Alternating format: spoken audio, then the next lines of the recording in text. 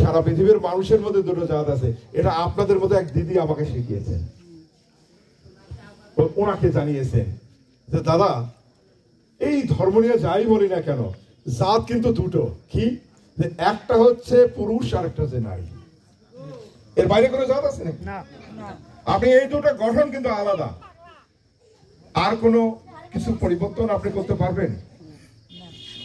এই যে এখানে উনি বসে আছেন, আপনি তো সনাতনী, হ্যাঁ সনাতনী না? আপনি এই লাইনে দাঁড়ালে নতুন কোন মানুষ, অপরিচিত কোন মানুষ আপনাকে বের করতে পারবে আপনি সনাতনী না ইসলামী? পারবে? পারবে না। তাহলে আমরা ধর্মের বেলাই শুধু আলাদা, কিন্তু আমরা জাতি দুটো, একটা নারী একটা পুরুষ।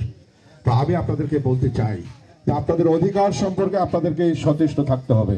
গত 5ই আগস্টের পরে এই উলিপুরে একমাত্র আমাদের নেতা তাজবি সাহেবের নির্দেশে এইখানে দুজন এমপি ছিল, একটা হলো গোবা পান্ডে তখন রানিং এমপি, আর মতিন সাহেব কয়েকদিন আগের এমপি ছিলেন।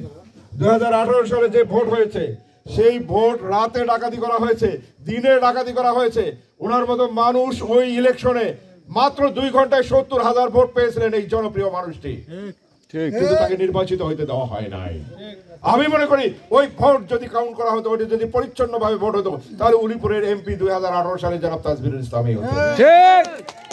এটা কোনো সন্দেহ ছিল না, কোনো ভুল ছিল না, কিন্তু এটা ডাকাতি করা হয়েছে। ওনার ভাগ্যকে কেড়ে নেওয়া হয়েছে, ওনার রেজাল্টটাকে চিন্তাই করা হয়েছে। কিন্তু 5ই আগস্টের পরে গোয়া পান্ডেও রানিং এমপি, মতিন সাহেবের উপর তো মানুষের অনেক ক্ষোভ ছিল। 5ই আগস্টের দিন ছাত্ররা মতিন সাহেবের বাড়িতে আগুন লাগাই দিল, বাড়ি ভাঙচুর করলো, অথচ গোয়া পান্ডের বাড়ি আগেই পড়ে, গোয়া পান্ডের বাড়ি পার হয়ে গিয়ে ওই এমপি সাহেবের বাড়ি, অথচ গোয়া পান্ডে রানিং এমপি গোয়া পান্ডের বাড়িতে তো টাচ করে নাই, গোয়া পান্ডের বাড়িতে তো যায় নাই। আপনাকে খোঁজ নিয়ে দেখছিলেন? তাহলে হইতে পারে উনি সনাতনী, কিন্তু ওনার আচরণ, ওনার চলাফেরা, ওনার ব্যবহারে আমরা মুগ্ধ ছিলাম, এই জন্য তার কোনো ক্ষতি হয় না। আর আমাদের নেতা 5ই আগস্টের পরে আপনাদেরকে বলে উনি বলেছিলেন যে কোনো হিন্দু মানুষের উপর যেন কোনো জুলুম, কোনো অত্যাচার, কোনো নির্যাতন না হয়।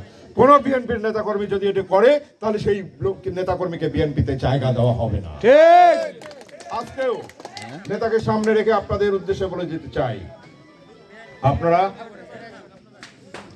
নির্ভয়ে এখানে চলাফেরা করবেন, অধিকার নিয়ে চলাফেরা করবেন।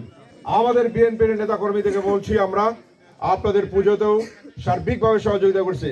এখনো আমরা বলছি যে এই সনাতনী ভাই বোনদের উপর কোনো জুলুম যদি কোনো বিএনপির নেতা কর্মী করেন, এবং এখনই বলে দিতে চাই, নেতার সামনে সাক্ষী রেখে বলে দিতে চাই যে সেই নেতা বিএনপিতে থাকতে পারবেন না। ঠিক। আর সে কথা বলছিলাম, ছেলে মেয়ে বিয়ে দিয়ে যাচাই করি। আজকে জনাব তাজুল ইসলাম সাহেব এখানে চক্ষু হসপিটাল করেছেন, মাতৃমঙ্গল করেছেন, এরকম একটা ফ্যাক্টরি করেছেন, মানুষের সেবা দিচ্ছেন।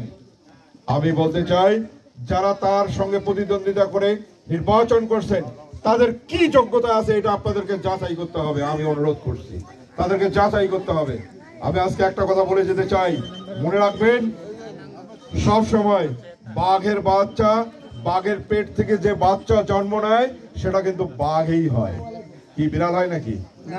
বিড়ালের চেহারা বাঘের চেহারা কিন্তু একই রকম দেখলেও বাঘের বাচ্চা কোনোদিনও বিড়াল হবে না, বাঘের বাচ্চা বাঘেই হবে।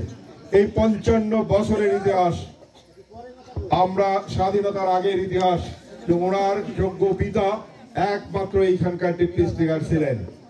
স্বাধীনতার 55 বছরের মধ্যে আমরা দেখেছি ওনার বড় ভাই একমাত্র যোগ্য মানুষ যিনি এমপি হওয়ার পরে মন্ত্রী হয়েছিলেন। আজকে আমি আপনাদেরকে বলে যেতে চাই, আজকে আপনি 3 তারিখ লিখে রাখবেন যে আমরা আপনাদেরকে আশার বাণী শুধু না, এটা শুধু মিথ্যা প্রতিশ্রুতি না, আমরা যদি সকলে মিলে, আমরা হিন্দু মুসলিম সকলে মিলে ভোট দিয়ে যদি ওনাকে আমরা এমপি বানাতে পারি, আমি আপনাদেরকে এটুকু বিশ্বাস করাইতে পারি, এটুকু আশ্বাস দিতে পারি, এটুকু বলতে পারি যে উনি ওই বাঘের বাচ্চা বাঘ, উনি হবেন এই এলাকার মন্ত্রী। আমার দিদিরা কি চান, এমপি চান না মন্ত্রী চান? কি চান আপনারা? দুইটাই চাই। দাদা কি চান, এমপি না মন্ত্রী? দুটাই নেবেন, দুটাই দরকার।